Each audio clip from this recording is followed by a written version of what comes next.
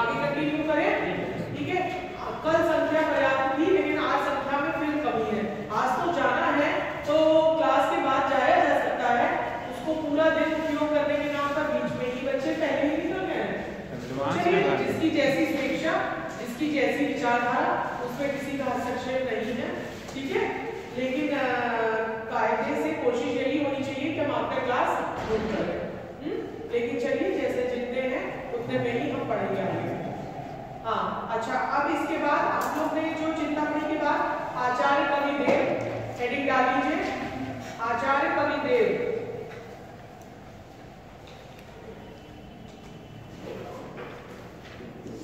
ठीक है, आचार्य कविदेव का यहाँ पर लिखिए, रीतिकालीन कवियों में देव का महत्वपूर्ण स्थान है।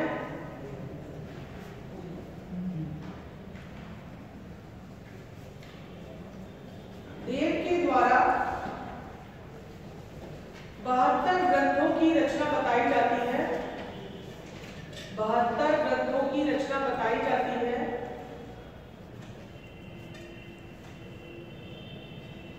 किंतु इनमें से केवल 15 ग्रंथ ही उपलब्ध हैं, 15 ग्रंथ ही उपलब्ध है।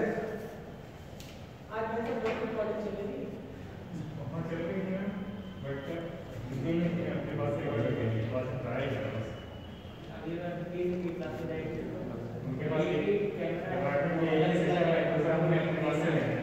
चलो ठीक है, मुझे कोई दिक्कत नहीं, आप एक नहीं चाहता मेरे को कोई नहीं है, मेरे को कोई टेंशन नहीं है इसकी। हाँ चलिए, 15 ग्रंथ उपलब्ध हैं। हाँ लिख लीजिए, इसमें प्रमुख रीति ग्रंथ है, इसमें प्रमुख रीति ग्रंथ है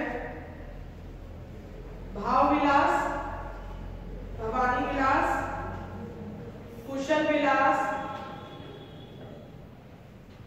शब्द रसायन, अष्टयाम। भाव विलास, भवानी विलास, कुशल विलास, शब्द रसायन, अष्टयाम।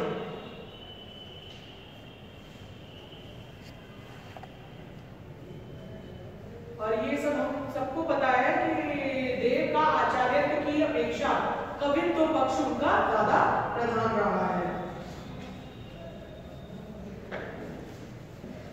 कोटेशन तो आप कोई सा भी नेट का ले लीजिएगा, उसको जब आप लिखेंगे अलग अलग तब एक साथ कोटेशन से कोई काम नहीं है। नेक्स्ट कवि लिखिए प्रमुख भिखारी दास, लिखिए आचार्य भिखारी दास द्वारा रचित 7 ग्रंथ ही अब तक उपलब्ध हुए हैं, 7 ग्रंथ ही उपलब्ध हुए हैं।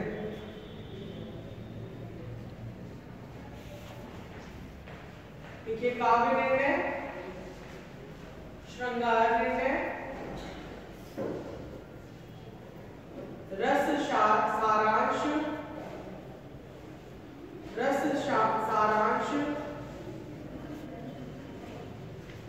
छंदार्णव, छंदार्णव पिंगल, छंदार्णव मतलब अर्णव, रा के ऊपर रा होगा, छंदार्णव पिंगल,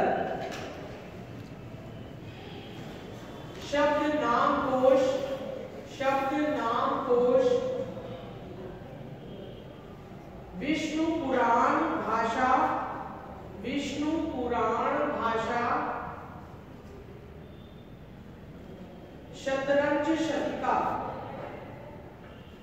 शतरंज शतिका।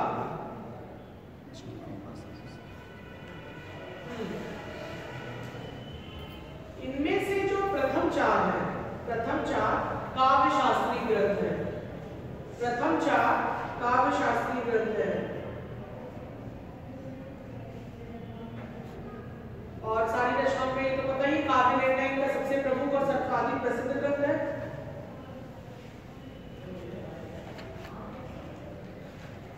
ठीक है, और बाकी उसी में आपका संस्कृत साहित्य और आपका दीक्षित जयदेव सबके काव्य प्रयोजन, काव्य गुण, काव्य हेतु, इन सब पूरे संस्कृत साहित्य का जितना भी काव्य शास्त्र आपका सारा काव्य निर्णय के अंतर्गत भिखारी दास ने लिया है।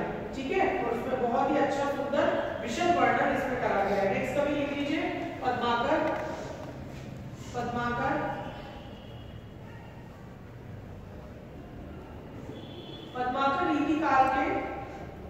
इन कवियों में अग्रगण्य हैं। पद्माकर रीति काल के इन कवियों में अग्रगण्य हैं, जिन्हें कवित्व एवं आचार्यत्व दोनों में सफलता प्राप्त हुई है।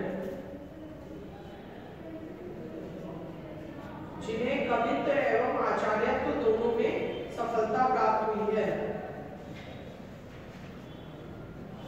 इनके द्वारा मौलिक ग्रंथों की संख्या 7 है। 7 मतलब 7। इनके द्वारा मौलिक ग्रंथों की संख्या 7 है।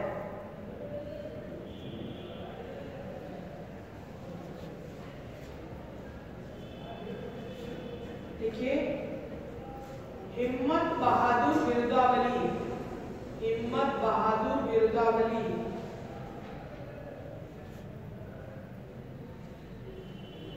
गंगा लहरी, प्रताप सिंह शाही, प्रताप शाही बिरुदावली, सिंह मैंने काट दिया तो लिखते हुए मैंने से लिख दिया। प्रताप शाही बिरुदावली, प्रबोध पचासा, प्रबोध पचासा, कवि पच्चीसी, पद्माभरण, जगत विनोद, जगत विनोद, कवि पच्चीसी, पद्माभरण, जगत विनोद। ठीक है, इनमें से अंतिम 2 ही रीति ग्रंथ हैं। इनमें से अंतिम 2 ही रीति ग्रंथ हैं। पद्माभरण मूलतः एक अलंकार ग्रंथ है। पद्माभरण मूलतः एक अलंकार ग्रंथ है।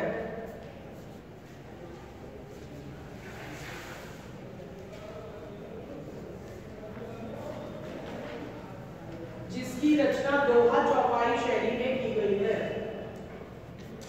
दोहा चौपाई शैली में की गई है।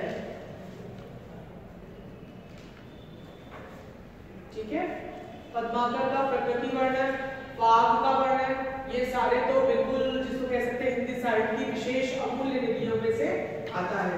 देखिए कितना सेलेक्टेड लिखा रही हूँ, डिटेल मैटर, सारा चीज केवल आपको शब्दों में एक्सप्लेन कर रही हूँ, क्योंकि ये सारे जो पॉइंट्स हैं इसको एक्सप्लेन नहीं करा जा सकता है, इसको तो केवल लिखा जा सकता है, क्योंकि ये सब नाम है आपके, बिंदुवार है, क्योंकि नाम और बिंदु को कोई एक्सप्लेनेशन नहीं होता, वो केवल नाम ही बने रह सकते हैं। बाकी इसका जो आशय है, जो बात आपको समझाई जा रही है, उसको आप केवल अपने शब्दों में एक्सप्लेन कर दीजिएगा। ठीक है, हाँ, कोटेशन इसमें साथ साथ आप अपने अकॉर्डिंग लिखते जाइएगा। कोटेशन में इसमें कोई भी आपको ऐड नहीं करा रही हूँ। ठीक है, मतीराम, नेक्स्ट कवि लिखिए, छठे कवि मतीराम।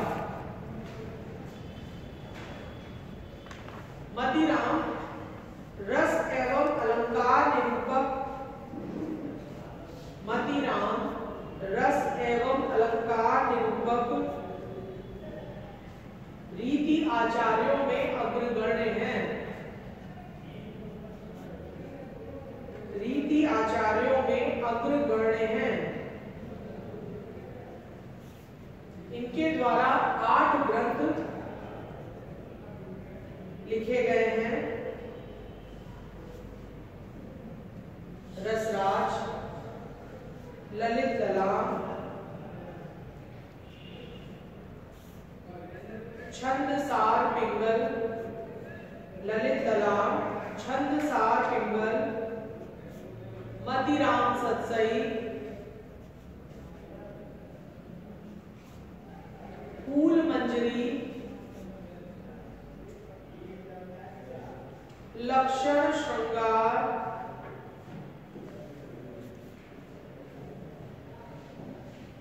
अलंकार पंचाशिका, अलंकार पंचाशिका और साहित्य सार, और साहित्य सार।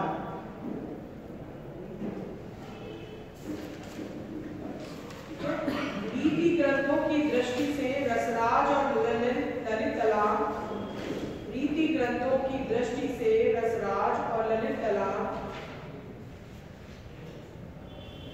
इनकी अक्षय कीर्ति के मूल कारण हैं, इनकी अक्षय कीर्ति के मूल कारण हैं। रामचंद्र शुक्ल के अनुसार, रामचंद्र शुक्ल के अनुसार इन्वर्टेड कॉमा में लिखिएगा, रस और अलंकार की शिक्षा में, रस और अलंकार की शिक्षा में इनका उपयोग बराबर चलता आया है, इनका उपयोग बराबर चलता आया है।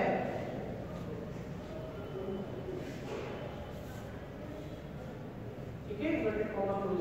देखिए मैंने जितने भी आपके ये कथन वाले कोटेशन लिखाए हैं वो 1.5 से 2 लाइन वाले ही लिखाए हैं, लेकिन आपको मैं स्पष्ट कर दे रही हूँ, फिर से एक बात दिमाग में डाल दे रही हूँ कि कोटेशन चाहे गद्य पे हो चाहे पद्य पे हो, आपको बराबर से कोट करना है, क्योंकि आपकी भाषा शैली के साथ साथ आपके जो उत्तर के लेखन का स्तर बढ़ेगा वो कोटेशन से ही बढ़ेगा। ठीक है, तो कोटेशन की मात्रा पर्याप्त रूप में होनी चाहिए और वो आपको अच्छे से, चाहे गद्य का हो चाहे पद्य का हो, उसको आप बिल्कुल अच्छे से जब आप तैयारी करें अपने उत्तर की तो कोटेशन पर आप सबसे ज्यादा फोकस करें। भाई सीधी सी बात है, हायर स्टडीज में हमारा तरीका उत्तर तैयार करने का यही होता है कि हम अपने शब्दों को नहीं तैयार करते, केवल हम हेडिंग तैयार करते हैं और कोटेशन तैयार करते हैं। हेडिंग और कोटेशन अगर आपके तैयार होते हैं तो आपका आंसर ना आपको विचार करने की आवश्यकता पड़ती है और ना ही कोई आपको लेखन में ज्यादा सोच के लिखने की जरूरत पड़ती है। ठीक है, जो ये उच्च स्तरीय आपका लेखन सामग्री का जो तैयार करने का तरीका है वो यही होता है। बाकी आपका अपना जो तरीका हो कर लीजिए, लेकिन ये जो तरीका है इसको अपने तरीके में ऐड जरूर कर लीजिए। ठीक है, अब लास्ट कवि प्रमुख के रूप में लिख लीजिए सेनापति।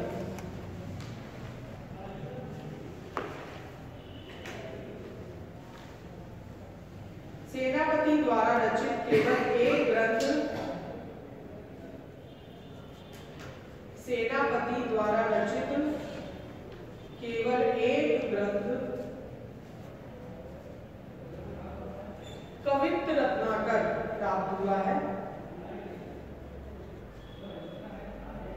जिसमें कुल 394 यानी 394 छंद हैं। इस ग्रंथ में एक और दो रीति ग्रंथों की प्रणाली है, प्रणाली पर श्लेष, श्रृंगार, रस निरूपण और षट ऋतु वर्णन किया गया है। श्लेष वर्णन यानी अलंकार, रिपीट कर दीजिए। इसमें एक और दो रीति ग्रंथ, एक और दो रीति ग्रंथों की तर्ज पर या प्रणाली पर लिख लीजिए। श्लेष वर्णन ब्रैकेट कर लीजिए अलंकार, श्रृंगार, रस निरूपण एवं षट ऋतु वर्णन किया गया है। तो दूसरी ओर राम भक्ति का परिचय भी दिया गया है। तो दूसरी ओर राम भक्ति का परिचय भी दिया गया है। ठीक है, इसमें इनकी जो सबसे फेमस है ये वाला दो बस डॉट करके लिख लीजिए, वो डिटेल आप लिख लीजिएगा। सेनापति उनये नए जलद सावन के, सेनापति उनये नए जलद सावन के, चारी दिसान घुमरत भरे तोय के, चारी दिसान घुमरत भरे तोय के। ठीक है, रिपीट करो। सेनापति उनये नए जलद सावन के, पहली लाइन हो गई। सेकंड लाइन, चारी दिसान घुमरत भरे तोय के। ठीक, ये आपका पूरा एक्सप्लेनेशन। सबसे फेमस आपका जो दोहा है वो दोहा के पद वो सबसे ज्यादा इसी में। देखिए रीति के प्रमुख जो आचार्य कोटि की परंपरा में आते, आचार्य तो कोई कवि था ही नहीं, आचार्य कोटि की परंपरा में जितने आते थे वो सारे कवि मैंने आपको इसमें कंप्लीट कर दिए हैं। बिहारी हम रसिद में पूरा एक्सप्लेन कर चुके हैं टॉप टू बॉटम, तो इसलिए मैंने उनको यहाँ पर नहीं लिया, क्योंकि यहाँ पर जो आपके रीतिकार थे, मैंने उन्हीं को इसमें समाहित करा था। ठीक है, रीति मुक्त में आपका अलग अलग सारा सब डिटेल प्रवृत्ति वाइज पूरा कर चुके हैं। अब जो हमारा एक रीतिकाल का अपवाद है वो है रीतिकाल का वीर काव्य। ठीक है, रीतिकाल का वीर काव्य। अपवाद तो दो हैं, वीर काव्य और भक्ति ग्रंथ, लेकिन हम एक ही करके उसको कंप्लीट करेंगे। रीतिकाल का वीर काव्य,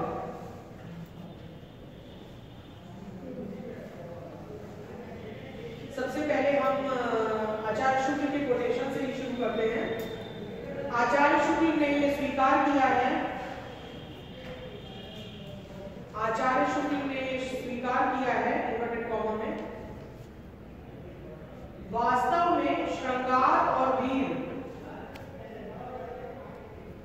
श्रृंगार और वीर इन्हीं दो रसों की कविता रीतिकाल में हुई है।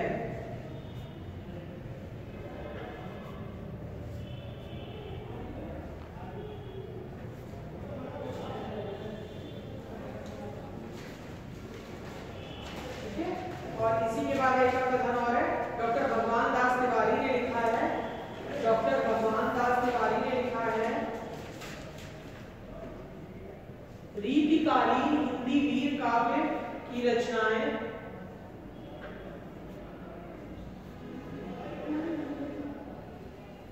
रीतिकालीन वीर काव्य की, रीतिकालीन हिंदी वीर काव्य की रचनाएं, क्योंकि किसी भी कथन में परिवर्तन नहीं कर सकते हैं, रचनाएं कश्मीर से महाराष्ट्र तक, बंगाल से गुजरात तक,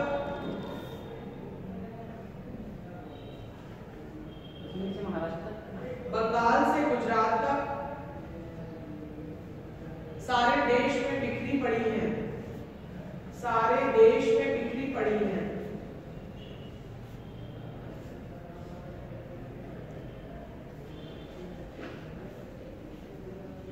अतः रीतिकालीन हिंदी वीर काव्य का सर्वांगीण अध्ययन, अतः रीतिकालीन हिंदी वीर काव्य का सर्वांगीण अध्ययन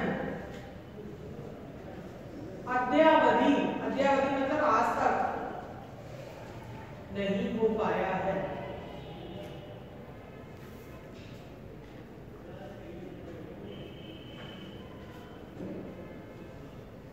ठीक है, तो इसमें वीर काव्य में ये बात आपको स्पष्ट अपने आप में है कि आश्रयदाता के जो राजा थे, आश्रयदाता राजा, वो उनके उसमें उनके शौर्य और उनकी वीरता का बिल्कुल बढ़ चढ़ के मुक्त हृदय से जो उल्लेख करा गया वही वीर काव्य में आया।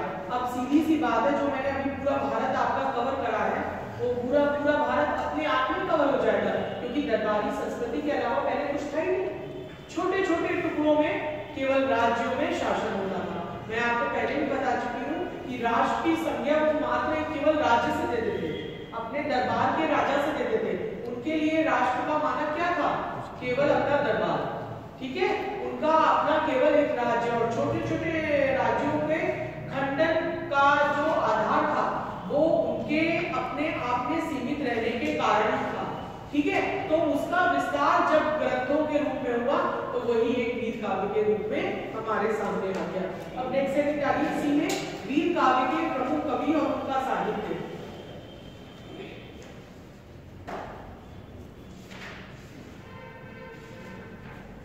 वीर काव्य के प्रमुख कवि और उनका साहित्य।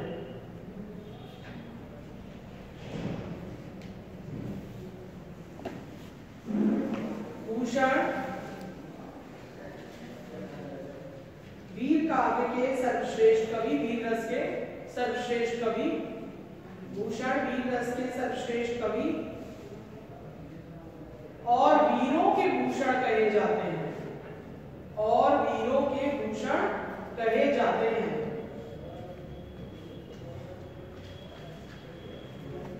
छत्रपति शिवाजी के समकालीन थे, छत्रपति शिवाजी के समकालीन थे।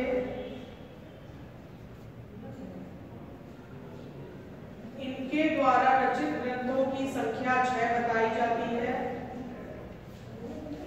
इनके द्वारा रचित ग्रंथों की संख्या 6 बताई जाती है।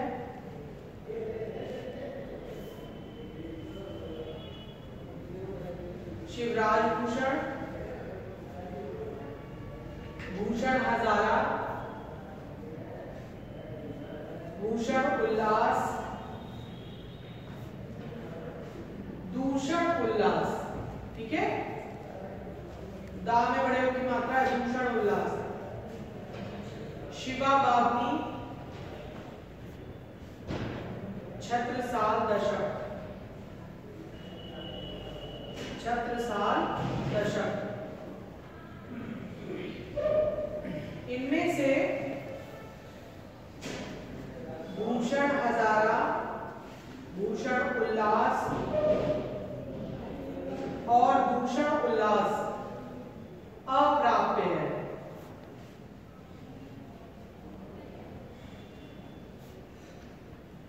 भूषण हजारा, भूषण उल्लास, दूषण उल्लास अप्राप्य है। छत्रसाल दशक में 10 छंदों में, छत्रसाल दशक में 10 छंदों में महाराज छत्रसाल बुंदेला का गुणगान किया है।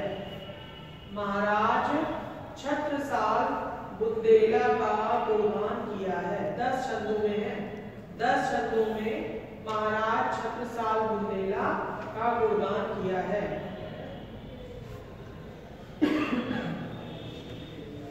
और सबसे बड़ी बात क्या है इसमें कि भूषण की जो शैली थी उसमें चाटुकारिता नहीं थी, उसमें ओज का जो बिल्कुल जैसे कहते हैं ना जीवंत वर्णन है। आप केवल एक बार भूषण की पंक्तियां ही पढ़ जाइए, आप अगर सो भी रहे होंगे तो आपकी वाणी सोने से मना कर देगी। या तो पढ़ा नहीं जा पाएगा, या अगर पढ़ा जाएगा तो वो उसको डलने से पढ़ा ही नहीं जा सकता। आप बिल्कुल आप निर्जीव शैली में पढ़ ही नहीं सकते हो।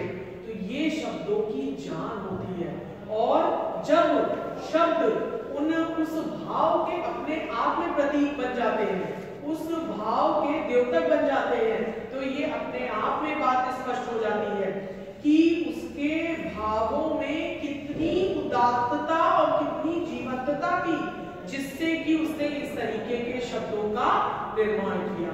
और दूसरी सबसे प्रमुख बात क्या है कि इनके नाम पर जो आदिकाल में वीर काव्यों में हमें ऐतिहासिकता नाम मात्र भी नहीं है, क्योंकि बार बार हम लोगों ने व्यासों ग्रंथों को क्या कहा, प्रामाणिक है, अर्ध प्रामाणिक है और बिल्कुल काल्पनिक है, ठीक है, सारी सब चीजें यही विवाद चलता और विद्वानों के मतांतर मतभेद चलते रहे।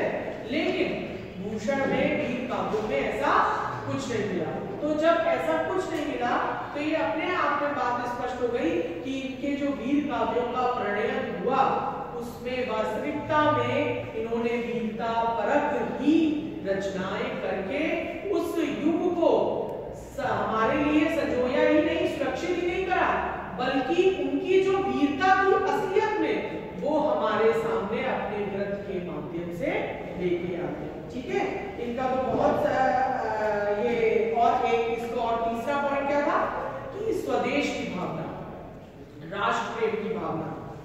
क्या भले ही इन्होंने इंगित एक बार का कराया, लेकिन राष्ट्र प्रेम की भावना, देश अनुराग की भावना इनके काव्य में पढ़ने पर हमें प्राप्त होती चली गई। तो तीनों पॉइंट्स भूषण के वीर रस के अपने आप में स्पष्ट, जिसको कह सकते हैं प्रमुख बिंदु रहे हैं। चाहे हम ये इसमें कोटेशन के रूप में कह सकते हैं इंद्रजिनी जंप पर बाढ़ सुरंग पर, ठीक है, इस तरीके से कोई भी आप ले लीजिएगा, चाहे आप छत्रसाल के पंक्तियां ले लीजिए, चाहे आप शिवाजी के लिए सर्जा शिवाजी जंग जीतन चलत है, पहले वो जो आपका एक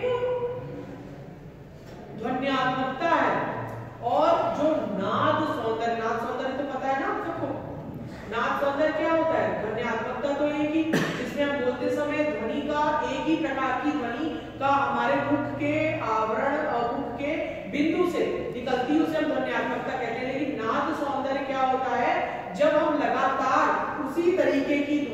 उच्चारण करते जाते हैं तो जो ध्वनि का उच्चारण के साथ साथ जो आपका अनुभव होता है वो कहलाता है नाद सौंदर्य। ठीक है, नाद वैसे तो संगीत का क्षेत्र का है, लेकिन साहित्य में नाद सौंदर्य का क्या मतलब होता है कि जब इस तरीके की रचनाएं होती हैं, चाहे पद्माकर का आप प्रकृति वर्णन ले लीजिए, ठीक है, चाहे आप उनका फाग का वर्णन सुंदर सा ले लीजिए, ठीक है, या आपका भूषण का ये वीरता परक रचनाओं का वर्णन देख लीजिए। आप पढ़ेंगे, पढ़ने में अपने आप से जरा सा आपने सरसता के भाव से पढ़ा तो ध्वन्यात्मकता और नाद सौंदर्य आपको दोनों उसमें मिलता चला जाएगा। ठीक है, अब नेक्स्ट सेकंड कवि लिख लीजिए, मान कवि। मान कवि, इनका पूरा नाम मान सिंह था। इनका पूरा नाम मान सिंह था। इनकी रचना राजविलास के आधार पर, इनकी रचना राजविलास के आधार पर इन्हें मेवाड़ के राजा राजविलास मेवाड़ के राजा राज सिंह के समकालीन माना जा सकता है। मेवाड़ के राजा राज सिंह के समकालीन माना जा सकता है।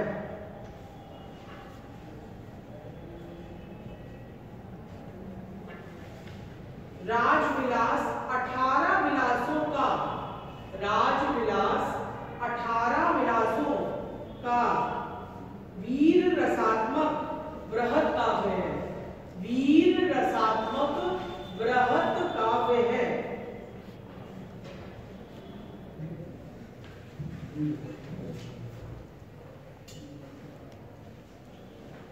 अब सीधी सी बात है, महाराजा राज सिंह का होगा तो इनके जीवन की ही प्रमुख घटनाओं का उल्लेख राजविलास में किया गया है। ठीक है, हाँ, अब नेक्स्ट कवि लिखिए गोरेलाल। इनको लाल कवि भी कहते हैं, गोरेलाल या लाल कवि, गोरेलाल या लाल कवि लिखिए। ये महाराजा छत्रसाल के राज्याश्रित कवि थे। महाराजा छत्रसाल के राज्याश्रित कवि थे। इनकी 10 रचनाएं प्राप्त हुई हैं। इनकी 10 रचनाएं प्राप्त हुई हैं।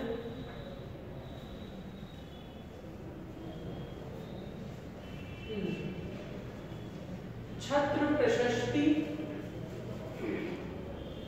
छत्र छाया, छत्र प्रशस्ति, छत्र छाया, छत्र कीर्ति, छत्र छंद, छत्र साल दशक,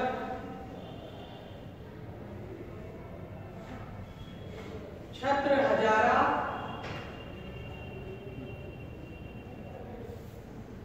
छत्र दंड,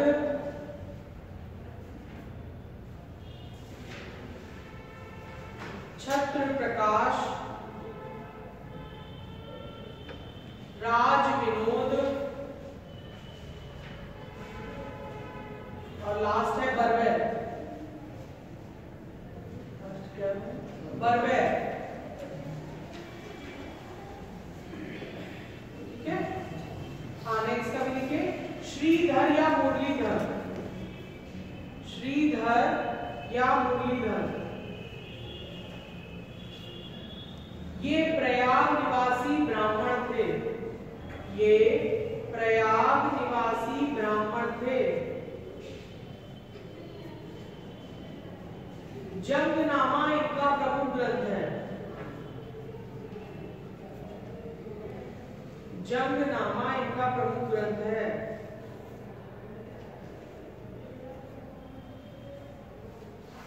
बहादुर शाह के बाद सत्ता प्राप्ति के लिए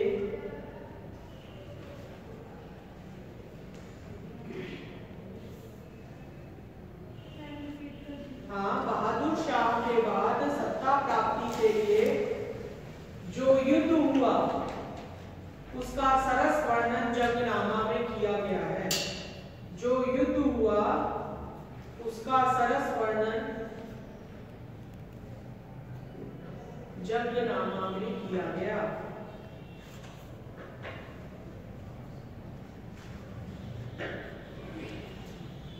नेक्स्ट देखिए सूदन, पांचवें कवि है ये आपके सूदन। पीछे आप वॉइस जो करके सिंगल सीट पे बैठे हैं, आप सबको सुनाई पड़ रहा है? ओके। सूदन, हाँ सूदन के सूदन मथुरा निवासी पंडित बसंत राम चौबे के पुत्र थे। सूदन मथुरा निवासी पंडित बसंत राम चौबे के पुत्र थे।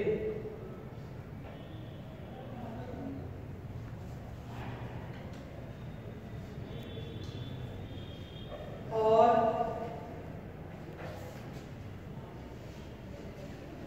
भरतपुर के महाराज बदन सिंह के पुत्र सुजान सिंह, ब्रैकेट लिख लीजिएगा, सूरजमल, इनको सुजान सिंह को सूरजमल भी कहा जाता था, के राज्याश्रित कवि थे। ऐतिहासिकता होने पर राजाओं का हस्तक्षेप बहुत ज्यादा है इसमें। हाँ, भरतपुर के राजा बदन सिंह के पुत्र सुजान सिंह सूरजमल के राज्याश्रित कवि थे। इनका सुजान चरित नामक ग्रंथ ही प्रख्यात है। इनका सुजान चरित नामक ग्रंथ ही प्रख्यात है।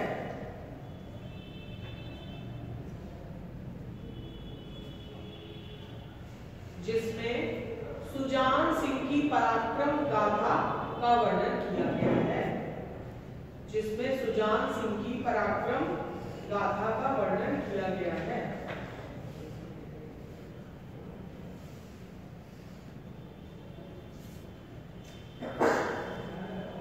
ठीक है, पद्माकर नेक्स्ट आएंगे। पद्माकर अभी लिख चुके हैं कि रीति ग्रंथकार के रूप में था।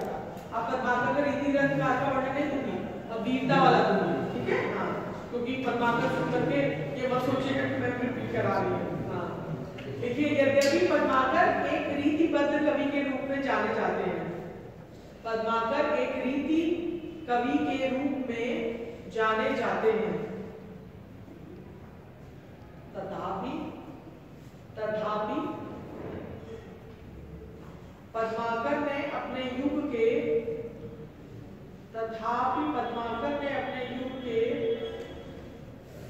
वीर साहित्य का भी प्रणयन किया है। अपने युग के वीर साहित्य का भी प्रणयन किया है।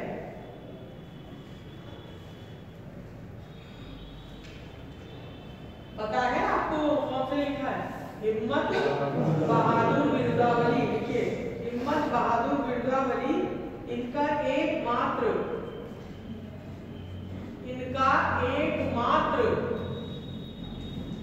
वीर संपूर्ण प्रशस्ति गान है। एकमात्र वीर संपूर्ण प्रशस्ति गान है।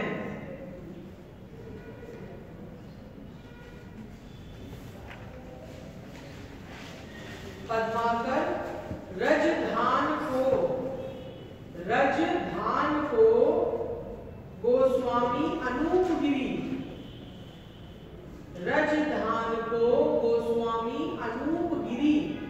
उपनाम हिम्मत बहादुर के आश्रय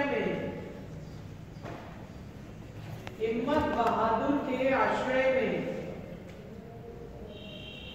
सन 1782 से 1798 ईस्वी के बीच रहे थे। आश्रय में 1782 से 1798 के बीच रहे थे। भाई थोड़ा सा ऐतिहासिक है, थोड़ा सा नीरस लगेगा, लेकिन ये आंकड़े ऐसे हैं कि इसमें कुछ परिवर्तन हो नहीं सकता है। ठीक है, लेकिन पढ़ाई में सब कुछ सरस हो कि आपके लिए आवश्यक नहीं है। हाँ, नंबर 7 चंद्रशेखर वाजपेयी। चंद्रशेखर वाजपेयी।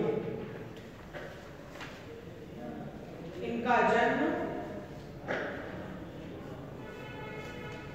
1798 ईस्वी में असनी के निकट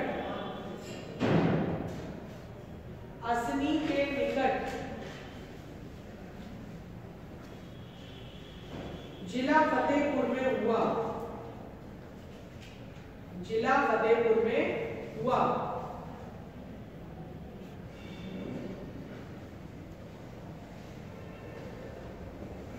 ये कर्णेश कवि के शिष्य माने जाते हैं।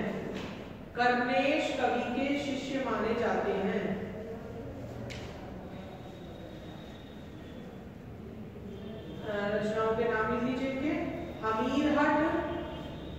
हमीरहट, नक्शिक, रसिक विनोद,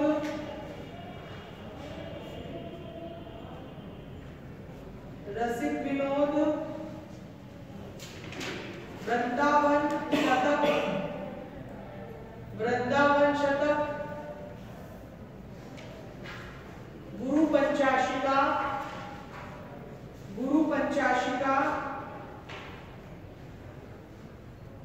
ज्योतिष का ताजक, माधवी बसंत, हरि भक्ति विलास और लास्ट है राजनीति।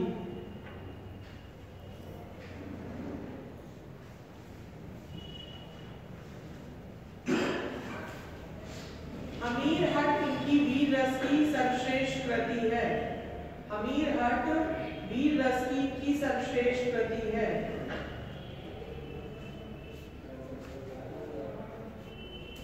इसमें रणथंभौर के चौहान वंशी राजा हमीर देव और दिल्ली के सुल्तान, इसमें रणथंभौर के चौहान वंशी राजा हमीर देव और दिल्ली के सुल्तान अलाउद्दीन के बीच के युद्ध का सजीव वर्णन किया गया है। ठीक है।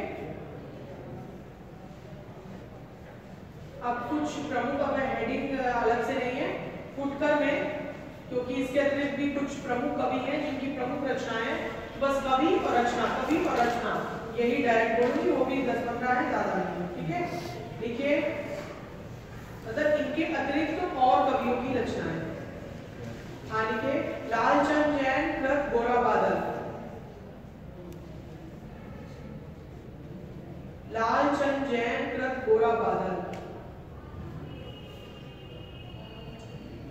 श्रीपति भट्ट कृत हिम्मत प्रकाश। कोई छूट जाए तो प्लीज बोल दीजिएगा, मैं रिपीट कर दूंगी। हिम्मत प्रकाश। सबल सिंह चौहान कृत महाभारत चक्रव्यूह।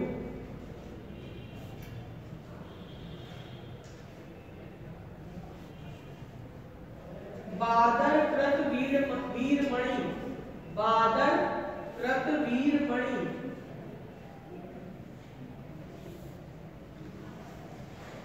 हरिनाम कृत केशरी सिंह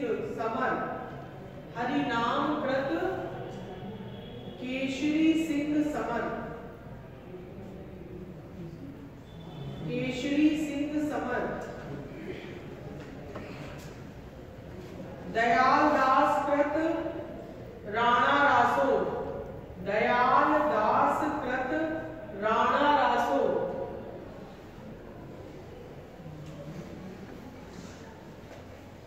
राज सिंह कृत बाहुविलास।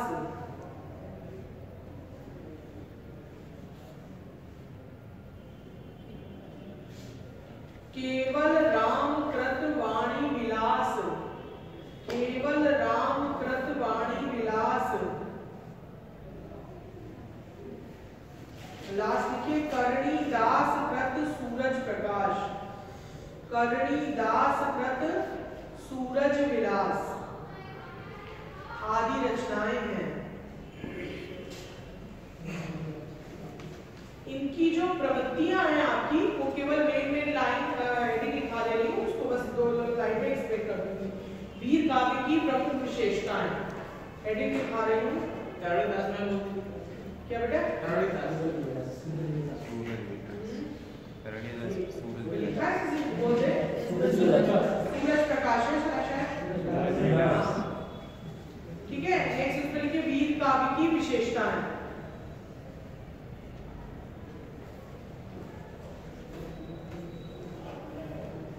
सबसे पहली हेडिंग है जो इनकी सबसे ज्यादा प्रमुख है, विभिन्न क्षेत्रों की रचनाएं,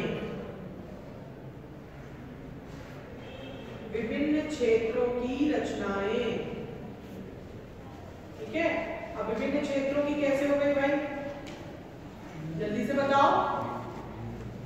अरे अभी आपने लिखा कि कश्मीर से लेकर के गुजरात तक का उन्होंने पूरा कवर करा, इधर बंगाल से लेकर के आपका सारा सब चीजें, मतलब भारत का कोई कोना नहीं है। तो सीधी सी बात है कि हम जो बोली बोलते होंगे वही तो दरबारी संस्कृति में लिखा जाता होगा। तो जब दरबारी संस्कृति में लिखा जाता है तभी तो हमें ऐतिहासिकता का पुख्त प्रमाण मिल रहा है। भाई ऐतिहासिकता का पुख्त प्रमाण वहाँ की भाषा ही होती है। भाषा से हमें देखते हैं कि उस समय में लिखी गई थी भाषा, तो जब उस समय में लिखी गई थी तो उस समय का साहित्य और साथ राजा का नामकरण भी है, राजा का यशोगान भी है। और राजा का यशोगान में सबसे बड़ी विशेषता और क्या ऐड हो गई कि एक राजा उसके समकालीन जितने राजा थे उन सबसे युद्ध करता था। ठीक है, उन सबसे युद्ध करता था तो समकालीन राजाओं का नाम भी आ गया। जब समकालीन राजाओं का नाम आ गया तो एक पुख्ता प्रमाण नहीं मिला, बल्कि हमें उस ऐतिहासिकता को लेकर के उसके चारों ओर परिवृत्त जो हुआ था वो पूरा वृत्त हमारा कंप्लीट हो गया। तो इसलिए वो आपकी विविध विषयों में, विविध विषयों में इसीलिए देखने को मिला कि विभिन्न भाषाओं का क्रम शुरू हुआ और विभिन्न भाषाओं के क्रम से हमें उस समय की संस्कृति, रीति रिवाज, त्योहार और वहाँ की भाषा, वहाँ की लोक संस्कृति सारे हमें वीर साहित्य में देखने को मिले।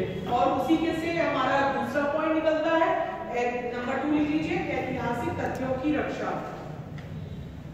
ऐतिहासिक तथ्यों की रक्षा।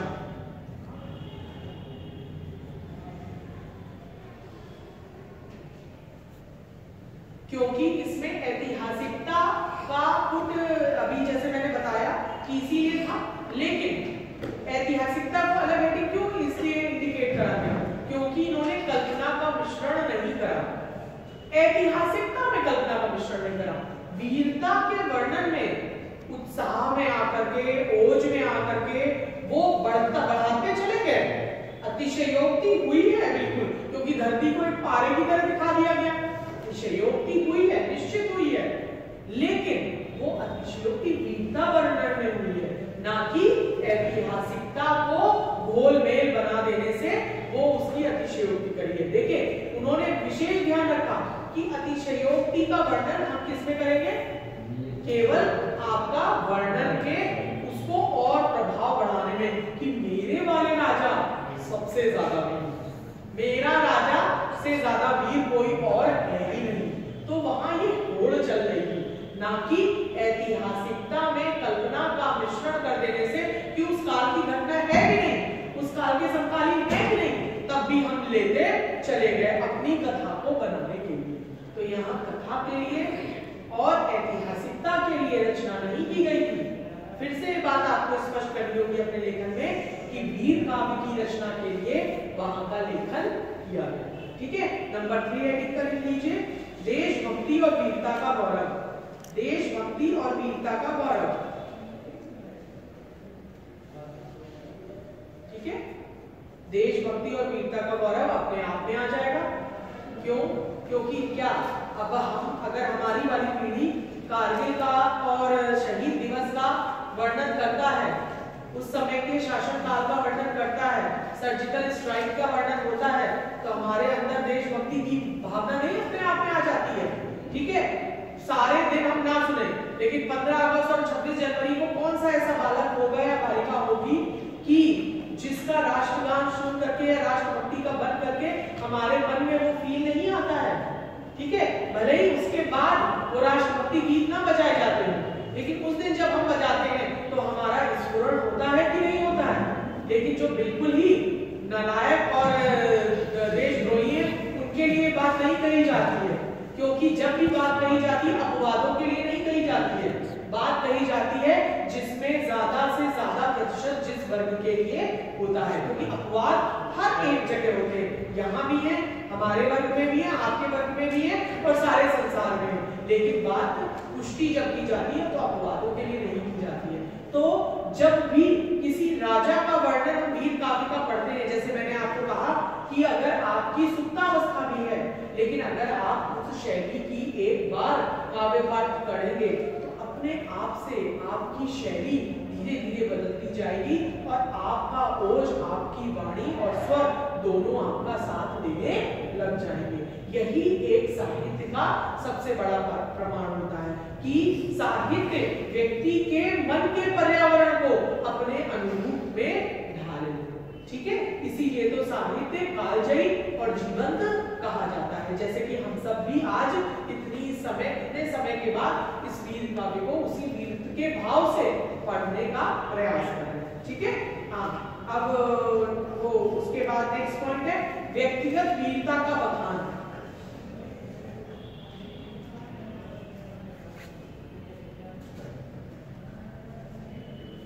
व्यक्तिगत वीरता का बखान, इसमें क्या आप समझ सकते हैं कि मैंने जैसे आपको कल भी जब थोड़ा बहुत बता रही थी, ये चीज मैंने पॉइंट के रूप में आपको बताया था कि कवि पर्टिकुलर इंडिकेट करके कवि धर्म के लिए अपॉइंट नहीं करे जाते थे। उनका वो रचना कर्म होता था, वो कौशल होता था, तो वो करते थे, वो उससे उनको एक अर्थोपार्जन का विशेष भाग मिल जाता था। लेकिन जब युद्ध होता था तो दरबार के जैसे सारे लोग जाते थे, वो भी युद्ध में जाते थे, ठीक है।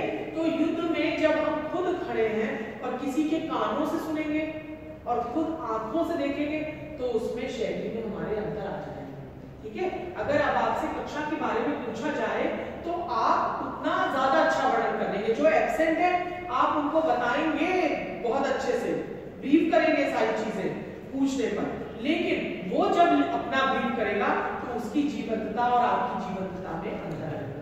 यही शैली ठीक वीर काव्य के प्रणेताओं में आपके वर्णन शैली है। क्यों? क्योंकि व्यक्तिगत वो इतना ज्यादा उसमें जुड़े हुए थे कि वो अपने आप को अलग करके इसका वर्णन कर ही नहीं पाए, ठीक है। नेक्स्ट इसमें पॉइंट है युद्धों का सांगोपांग वर्णन। युद्धों का सांगोपांग वर्णन। अब युद्धों के सांगोपांग वर्णन में क्या है? भाव ही आया। तो कहां पे शुरुआत हुई? दरबार में, ठीक है। दरबार में शुरू हुई, जिरह हुई, बहस हुई। उसका आधार क्या है? युद्ध का। आधार के साथ ध्येय क्या है युद्ध का? यानी साधन और साध्य दोनों किसके सामने डिस्कस हुआ? दरबार में डिस्कस हुआ। हर सामंत की विचारधारा उसमें इन्वॉल्व हुई, ठीक है। और उसकी तैयारी से लेकर के युद्ध करने नहीं, युद्ध में लौटने तक, और युद्ध में लौटने के बाद जो कि उसकी प्रतिक्रिया थी, उस तक का वर्णन उस व्यक्ति विशेष के सामने ही रहा। तो सांगोपांग का मतलब क्या? हर एक अंग जो उसका भाग है उस युद्ध का, उस वर्णन का, उस हर एक अंग, चाहे वो हताशा निराशा हो या युद्ध का उन्माद हो या वीरता की आपको बिल्कुल मर मिटने की भाव हो या आपकी जय हो, ठीक है। ये सारे अंगों के एक एक छोटे छोटे भाग का पूरा वर्णन आपको पूरा युद्ध के वर्णन में देखने को मिला। तो इसीलिए कहा गया कि सांगोपांग वर्णन इन कवियों के वीरतापूर्ण काव्य में हमें प्राप्त होता है, ठीक है। अब भाषा का असाधारण प्रयोग, जो मैं आपको बार बार इस बात का उदाहरण दे रही हूँ। और ब्रज भाषा ही पूर्णतः प्रयोग हुआ है यहाँ पर। बुंदेलखंडी शब्दों का प्रयोग हुआ है। अरबी, फारसी, तुर्की आदि भाषाओं का भी प्रयोग हुआ है, भाषा शब्दों का। ब्रज भाषा, बुंदेलखंडी कविते, बुंदेलखंडी शब्दों का, ठीक है। अरबी, फारसी, तुर्की भाषा के शब्दों का प्रयोग हुआ है। ओज गुण का पूरा धारा प्रवाह वर्णन करा गया है। भावों की संप्रेषणशीलता, भावों की संप्रेषणशीलता का वहन भाषा ने पूर्ण रूप से किया है। संप्रेषणशीलता का वहन भाषा ने सफल रूप से किया है।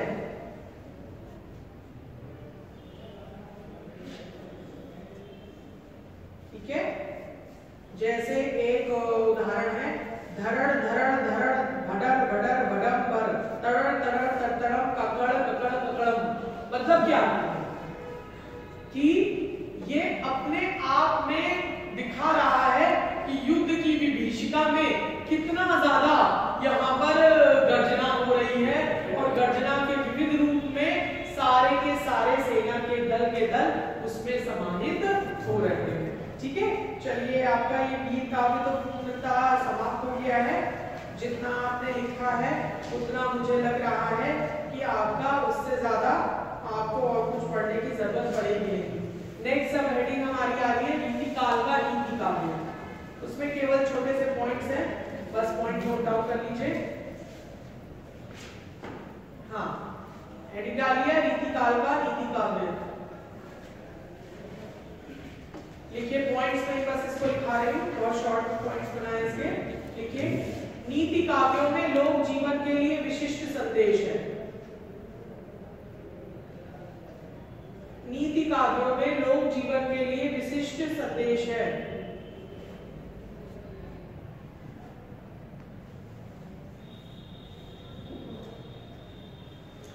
जीवन मूल्यों का विशेष चित्रण किया गया है।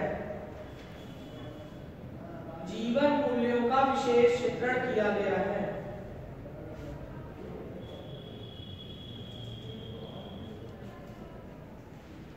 नेक्स्ट,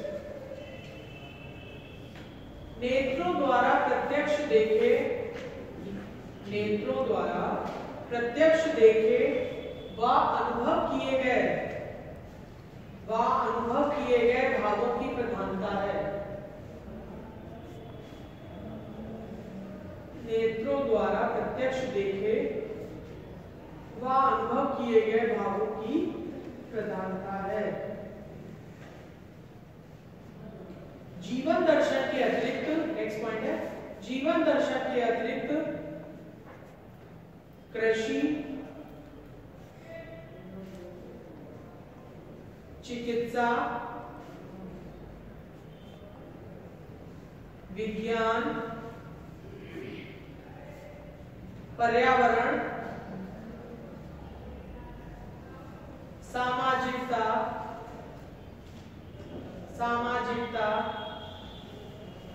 काव्य सृजन का मुख्य आधार बनाया गया। काव्य सृजन का मुख्य आधार बनाया गया।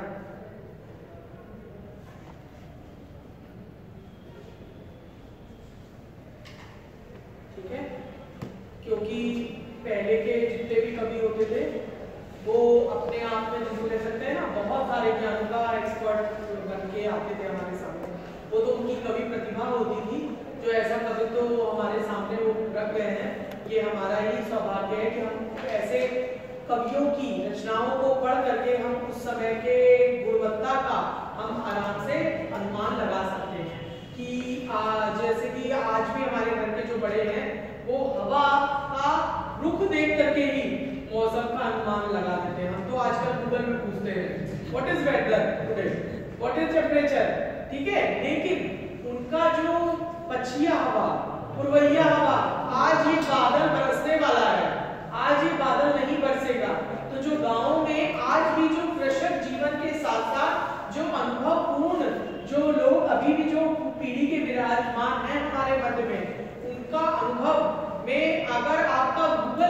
फेल हो जाएगा, लेकिन वो कभी भी फेल नहीं हो सकते। और खेती करने के साथ साथ ज्ञान विज्ञान और आंकड़े, गणित का जो बीघा और इतना मील, इतना कोस, ये सारी सब चीजें हम कैलकुलेशन ही करते रह जाते हैं और उनका सामने आ जाता है। वो डिग्री होल्डर नहीं है कहीं भी, लेकिन वो जो डिग्री उनको उनके प्राप्त है, वो कागजों की हमारे इतना नहीं इतना ढेर हो जाए, लेकिन वो उसके आगे आज भी कम ही आगे जाते हैं। तो ये जो मूल्य है वो नैतिक मूल्य, जो आदर्श मूल्य और जो हर एक पीढ़ी में एक दूसरे का सम्मान करने का जो भाव है, वो ऐसे ही नीति काव्यों के माध्यम से हमारे सामने रखा गया। और जिसको कह सकते हैं हम मॉरल ज्ञान। आज मॉरल ज्ञान, मॉरल एजुकेशन का पेपर पढ़ाया जाता है, ठीक है, पर्यावरण एनवायरमेंटल स्टडीज पढ़ाई जाती हैं, मॉरल एजुकेशन का पूरा एक प्रॉपर पेपर है। तो वो सब पढ़ाए जाने की आवश्यकता क्यों आज के समय में आ गई? क्यों? क्योंकि आधुनिकता की होड़ में हम प्रयोगवाद, प्रगतिवाद और समकालीन कविता में यथार्थ को ही परोसते रह जा रहे हैं, लेकिन यथार्थ के आगे, यथार्थ के पीछे जो समाज में मानवता का जो मूल्य है, मानवीयता जिसको हम कह सकते हैं, जो पंत जी ने कहा था, सुमन सुंदर बेहद सुंदर, मानव तुम सबसे सुंदरतम, लेकिन आज का मानव सबसे सुंदरतम नहीं रह जा रहा है। वो क्यों नहीं रह जा रहा है? क्योंकि हमारा जो आज का साहित्य है वो केवल समय की मांग को पूरा कर रहा है। ये नहीं मैं कह रही कि आज का साहित्य समृद्ध नहीं है, निश्चित रूप से समृद्ध है, लेकिन जो मानवीयता की कसौटी पर रखने वाला भी कौन है? मानव ही तो है। तो मानव जब स्वयं उस कसौटी पर नहीं पहुंच पा रहा है, तो वो लेखन कैसे उस कसौटी पर करेगा? ठीक है, तो वो बिरले साहित्य आज की डेट में मिल रहे हैं। तो ये मैं बात फिर से आपसे कहना चाह रही हूँ कि रीतिकाल जो हमने पिछले 2 दिन से अध्ययन कर रहे थे और आज समाप्त करने जा रहे हैं, तो रीतिकाल सबसे सारे कालों में उपेक्षित रहा है, और ये बात सत्य है, इसको कहने में कोई भी गुरेज नहीं है। लेकिन ये जब आप अध्ययन कर लेंगे 3 दिन, तो ये बात अपने आप में दिमाग में रखिएगा कि रीतिकाल आपका एकांगी नहीं है, बहुअंगी है। लेकिन बस हम क्या करते हैं? उसका अध्ययन नहीं करते हैं, उसके अपने दृष्टिकोण में परिवर्तन के लिए हमारे पास मैटर नहीं है, क्योंकि हम पढ़ते क्या है? बस उतना पढ़ते हैं रीतिकाल जितने में काम चल जाए, उससे ज्यादा अध्ययन नहीं करते हैं। इतना विस्तार से सारी सब चीजें बताने के बाद शायद मुझे ये नहीं अनुमान मेरे लगा पा रही हूँ कि अब आप इस कक्षा के बाद जाएंगे तो एकांगी दृष्टिकोण लेकर के जाएंगे। ठीक है, आप लोग नीति काव्य में प्रमुख कवि लिख करके खत्म करिए। लिखिए, गिरधर कवि राय, सम्मन, बेताल, सम्मन, बेताल, वृंद, दीन दयाल गिरी प्रमुख कवि हैं। गिरधर कवि राय, सम्मन, बेताल, वृंद, दीन दयाल गिरी प्रमुख कवि हैं। ठीक है, अब नेक्स्ट हेडिंग डाल लीजिए, रीतिकाल का भक्ति काव्य। अब कहते हैं रीतिकाल में भक्ति काव्य बहुत अपवाद, लेकिन लिखे हैं और पर्याप्त हैं। बस वही बात है ना कि वो धारक की तरफ हम मुड़ते ही नहीं है। लिखे, इसमें पेज पॉइंट्स बनाए गए हैं। लिखे, रीतिकाल में भक्ति काल की चारों शाखाओं, रीतिकाल में भक्ति काल की चारों शाखाओं, संत काव्य, प्रेमाख्यानक, संत काव्य, प्रेमाख्यानक काव्य, राम काव्य और कृष्ण काव्य का सृजन हुआ।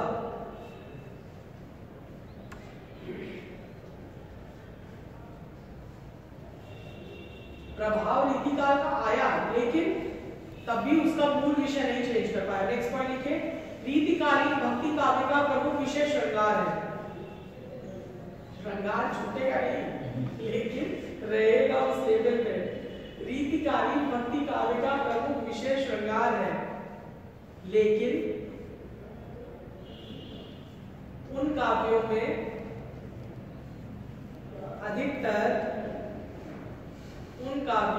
अधिकतर लोक जीवन जीवन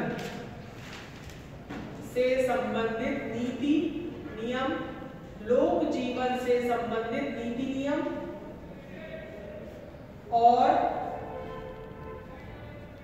दर्शन का निरूपण किया गया है, और दर्शन का निरूपण किया गया है। हाँ, अब बस दो हेडिंग छोटी सी डाल लीजिए, कवि और रचना है। एक तरफ कवि बोलूंगी, उस तरफ कवि लिखना है, उसकी रचना है। पहले कवि और रचनाएं संत काव्य की लिखा रही हूं। संत काव्य मतलब संत काव्य की नहीं, जो संत काव्य का प्रभाव नीति काव्य में लेकर के आए थे उनकी, ठीक है, लेकिन संत काव्य से प्रेरित थे ये, सब निर्गुण के धारा के थे। हाँ, कवि और रचना लिखिए, ब्रैकेट में लीजिए संत काव्य के। जगजीवन दास का ज्ञान प्रकाश, जगजीवन दास का ज्ञान प्रकाश, दरिया साहब का ज्ञान दीपक, दरिया साहब का ज्ञान दीपक, तुलसी साहब का घट रामायण, तुलसी साहब का घट रामायण, अक्षर अनन्य का सिद्धांत बोध, अक्षर अनन्य का सिद्धांत बोध, संत काव्य की लास्ट रचना है धरणी दास, धरणी दास का प्रेम प्रकाश, धरणी दास का प्रेम प्रकाश। ये संत काव्य की रचनाएं प्रमुख थी। अब रचना और कवि में प्रेमाख्यान, रचना और कवि में प्रेमाख्यान काव्य। किसी का छूट तो नहीं रहा है, थोड़ा सा स्पीड थोड़ी सी बढ़ा रही हूँ, लेकिन ये है कि इतना भी नहीं बढ़ाऊंगी कि आप लिख ना पाए। इसी स्पीड से कंटिन्यू करें, क्योंकि अभी एक प्रमुख पॉइंट बचा है, ठीक है। लेकिन अगर किसी का छूट जाए तो पूछ लीजिएगा, नहीं सब कुछ। हाँ, प्रेमाख्यान काव्य का माधवानंद कथा दामोदर, माधवानंद कथा का किसकी है? दामोदर की। मधुमालती चतुर्भुज दास की, मधुमालती चतुर्भुज दास की। नल दमयंती चरित्र, नल दमयंती चरित्र सेवाराम की, ठीक है। अब रचना और कवि में राम काव्य का, रचना और कवि में राम काव्य का। आल्हा रामायण, आल्हा, आल्हा रामायण नवल सिंह की। आनंद रघुनंदन,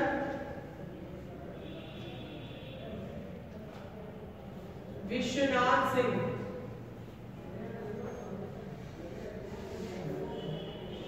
आनंद रघुनंदन विश्वनाथ सिंह।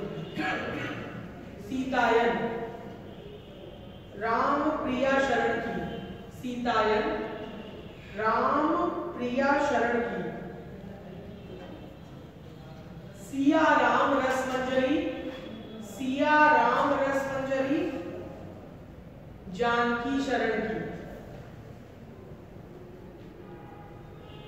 सिया राम रस मंजरी जानकी शरण की, ठीक है। ये राम काव्य हो गया। दास राम काव्य, कृष्ण काव्य। कवि और रचना में कृष्ण काव्य। कृष्ण चंद्रिका गुमान कवि की, गुमान गा गमले वाला, गुमान कवि की। माधुरी प्रकाश कृपा निवास की।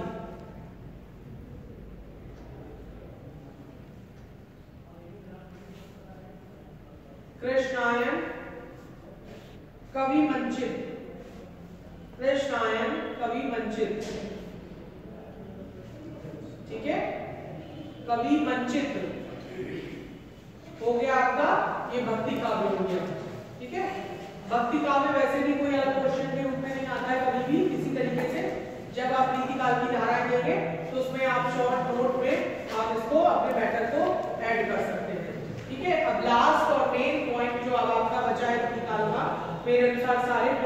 कवर कर दिए हैं। अब रीतिकालीन गद्य साहित्य लास्ट आपका है, रीतिकालीन गद्य साहित्य।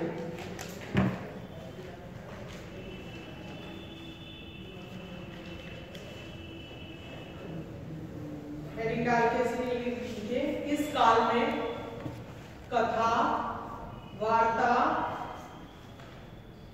इस काल में कथा वार्ता, वचनिका, वंशावली,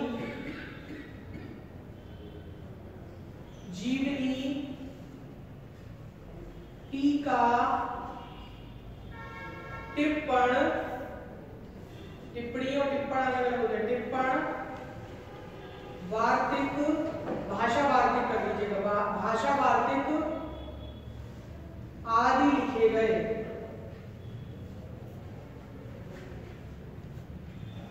ठीक है, नेक्स्ट पॉइंट में देखिए, आदिकालीन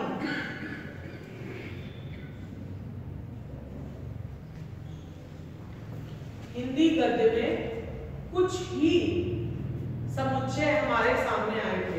कुछ ही समुच्चय, समुच्चय मतलब गद्य खंड, ब्रैकेट लिख सकते हैं, गद्य खंड हमारे सामने आए थे।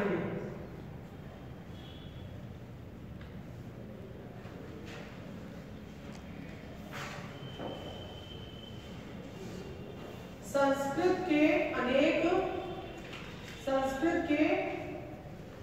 अनेक ग्रंथों का गद्यानुवाद भी इस काल में हुआ।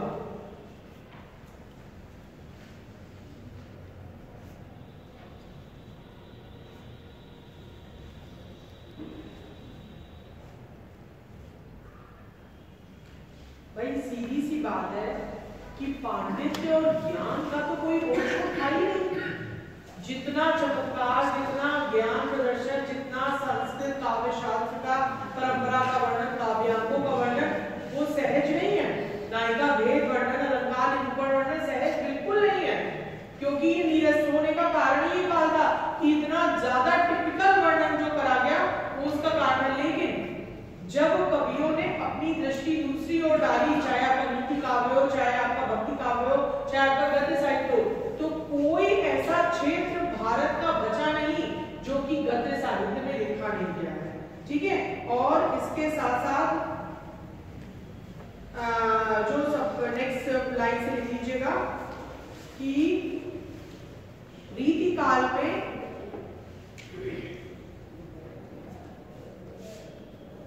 भाषा योग वशिष्ठ जैसी प्रसिद्ध गद्य रचना लिखी गई।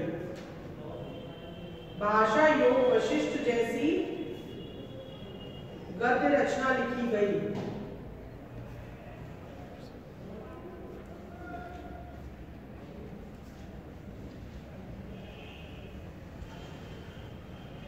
इसमें गद्य के निम्नलिखित रूप हमारे सामने आते हैं। हेडिंग डाल लीजिए, पहले एक साथ सारे पढ़ लीजिए, उसी के अंतर्गत आपको कुछ पॉइंट्स बस नोट करा दूंगी। हाँ, ब्रजभाषा गद्य,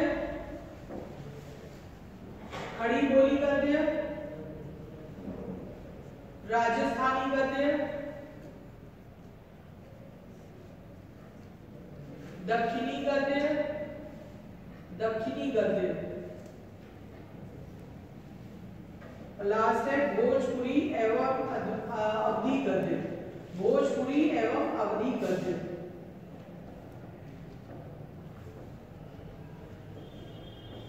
हाँ, अब हम हेडिंग में एक एक डाल करके उसके अंतर्गत नोट पॉइंट्स करते जाएंगे।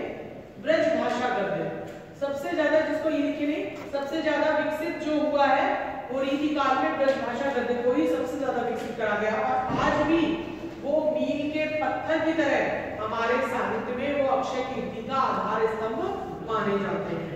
हाँ, लेकिन इसमें जो पहले जो ग्रंथ ब्रजभाषा में हमारे सामने गद्य के रूप में पाए गए, उसकी टीकाएं भी इस काल में लिखी गई है। ठीक है, हाँ, अब इसमें नोट करते हुए लिखिए, ब्रजभाषा गद्य में धर्म, दर्शन,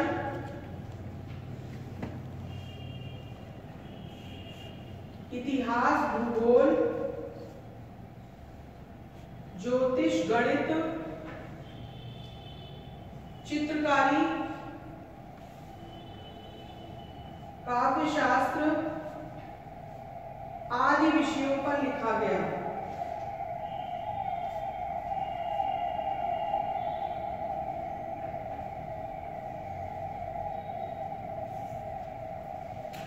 चौरासी वैष्णवों की वार्ता,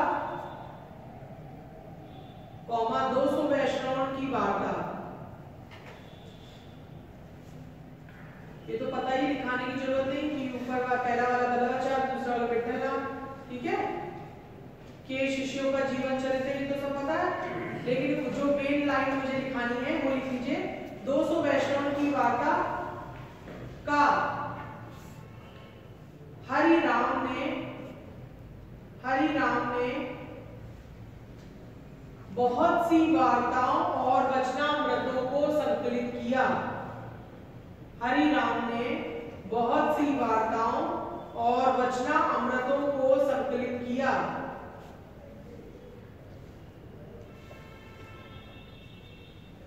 कुछ वचनामृत जैसे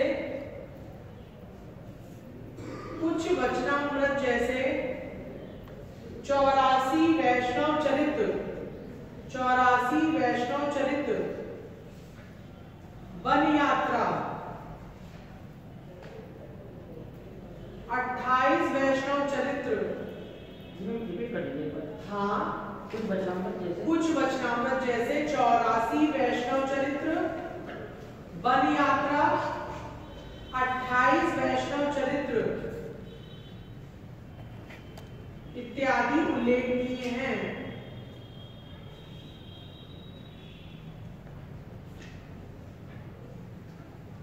नेक्स्ट पॉइंट में ब्रज भाषा ललित गद्य की प्रमुख रचनाएं इस प्रकार है।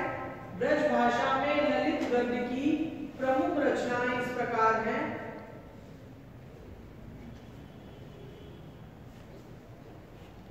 रचना और रचना काव्य के चरित्रों के नाम है। सेवक जू को चरित्र प्रियादास, सेवक जू को चरित्र प्रियादास। भक्ति विवेचन दामोदर स्वामी,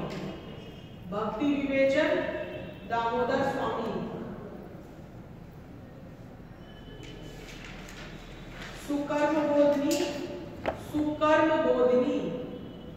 लाडली दास,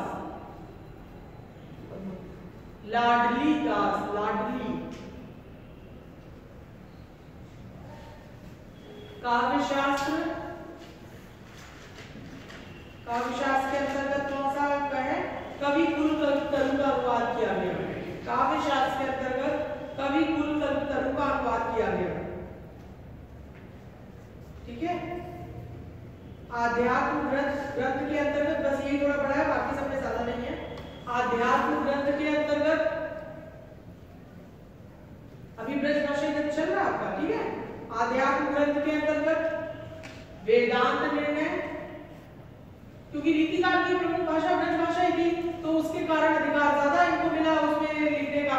इसीलिए हर एक क्षेत्र में, चाहे टीका हो, चाहे काव्य हो, चाहे काव्यशास्त्र हो, चाहे आपका ये आध्यात्म ग्रंथ हो, सबका उसी में रचनाएं ज्यादा करी थी। वेदांत निर्णय किसमें लिख रहे हैं? आध्यात्म ग्रंथ के अंतर्गत। गरुड़ पुराण, पद्म पुराण, चाणक्य नीति अनुवाद, हितोपदेश अनुवाद, ठीक है।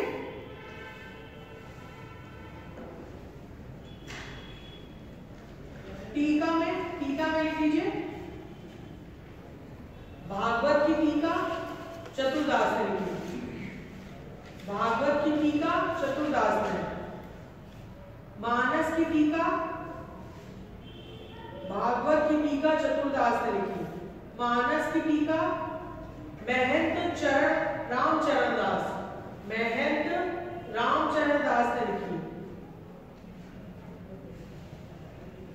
बिहारी सत्सई की टीका बिहारी सत्सई टीका मान सिंह ने। ठीक है, ये आपका ब्रजभाषा गद्य का हो गया कंप्लीट। नेक्स्ट सेकंड पॉइंट डालिए, खड़ी बोली गद्य।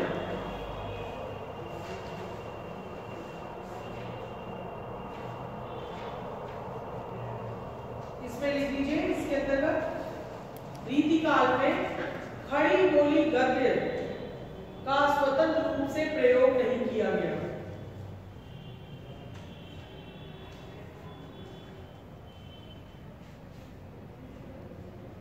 खड़ी बोली का गद्य स्वतंत्र रूप से नहीं किया गया। खड़ी बोली का गद्य दूसरी भाषाओं के गद्य के साथ मिला जुला हुआ है, मिला जुला हुआ मिलता है। खड़ी बोली का गद्य दूसरी भाषाओं के गद्य के साथ मिला जुला हुआ मिलता है।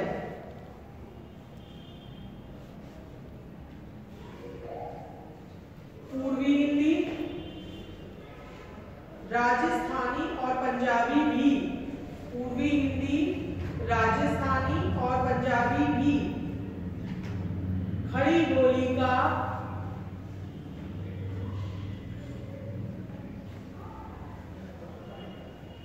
मिश्रित रूप देखने को मिलता है।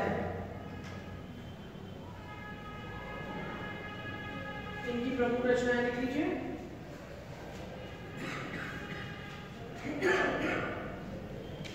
मोक्ष मार्ग प्रकाश, टोडरमल जैन। मोक्ष मार्ग प्रकाश, टोडरमल जैन। चिदविलास, चिदविलास, चिद दाम नीचे बा है, चिदविलास, दीपचंद्र जैन।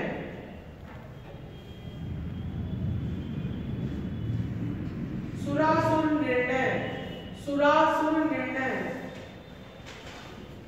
हरि जी, हरि जी।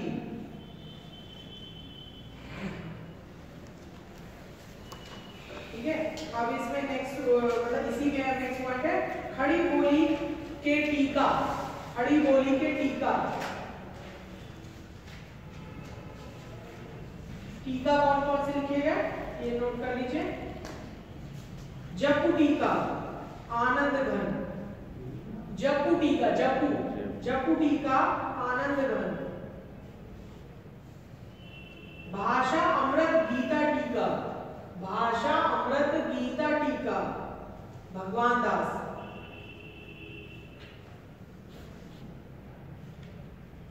सूर्य सिद्धांत, पंडित कमीलानंद मिश्र, पंडित कमीलानंद मिश्र।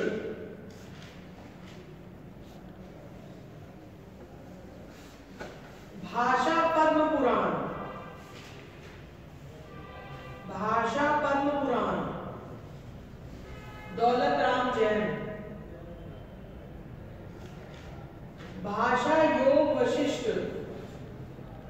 राम प्रसाद निरंजनी।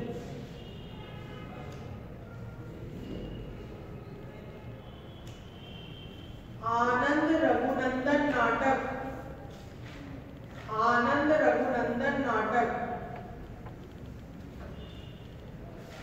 महाराज विश्वनाथ सिंह। ठीक है, हाँ नेक्स्ट तीसरा लिख लीजिए राजस्थानी गद्य। बस ये तो छोटे छोटे हैं, तो 5 मिनट में हो जाएगा। राजस्थानी गद्य,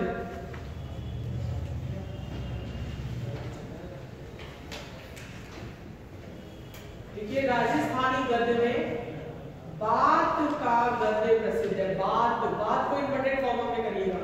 बात का गद्य प्रसिद्ध है।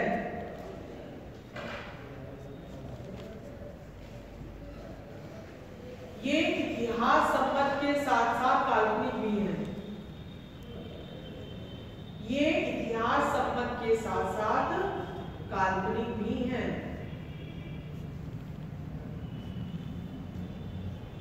राव राम सिंह री बात, राव राम सिंह री बात, बात जहां जहां आएगा इन्वर्टेड कॉमा राव राम सिंह री बात। सेकंड राव ऋणायल री बात। राव ऋणायल री बात। नेक्स्ट ढोला मार नाणी। ढोला मार नाणी। मार नाणी री बात। ढोला मार नाणी री बात। दिक्कत हो रही हो तो लिख दो, लिख लेंगे आंसर। हाँ, गोरा बादल री बात। गोरा बादल री बात।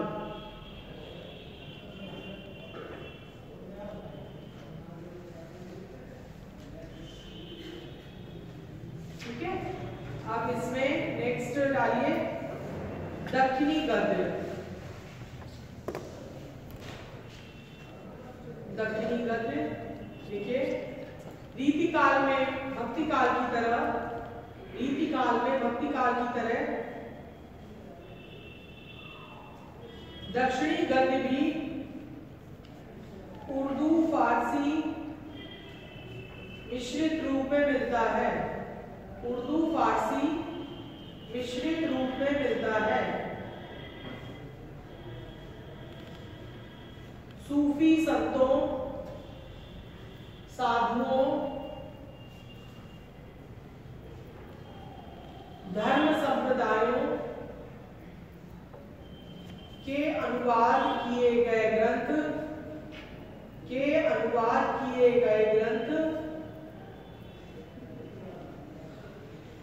वैदिक साहित्य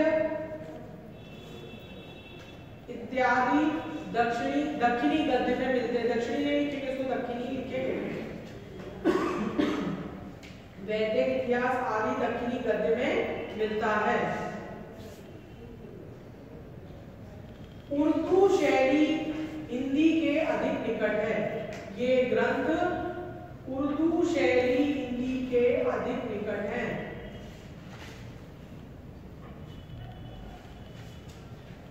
लिखिए रिसाले, रचनाओं के नाम है रिसाले वजूदिया।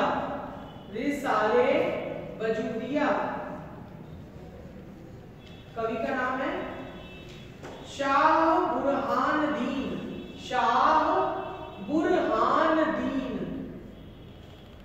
शाह बुरहान दीन कादरी। हाँ, रिसाले वजूदिया शाह बुरहान दीन कादरी। नेक्स्ट देखिए गंज अकफी। गंज अखफी। अखफी अखफी अखफी मोहम्मद शरीफ का। मोहम्मद शरीफ का। नेक्स्ट है रिसाले तसब्बुक। रिसाले तसब्बुक